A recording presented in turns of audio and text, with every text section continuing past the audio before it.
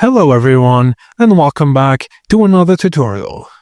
Today we're going to see how to transfer iPhone photos to PC, or you can manage them using a Windows PC. The first step is to make sure you have enough storage on your computer. By storing files in iCloud, you can access them on any device by signing in with your Apple ID. This is a wireless and convenient way to transfer files. Just note that iCloud gives 5 GB of free storage. You can subscribe if you need more space. Firstly, open the Files app on your iPhone and locate the files you want to transfer.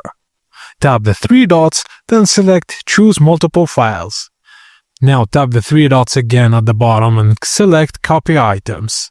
Tap Browse at the bottom, then choose iCloud Drive. Then long press in a folder location inside iCloud Drive, then tap Past.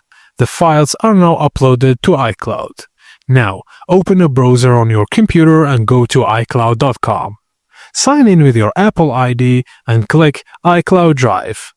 Select the files you want to save, then click the download icon at the top.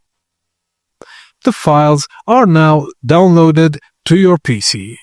For extra help, you can activate the autosync option. Instead of moving files manually, go to Settings, your name, and then iCloud on your iPhone.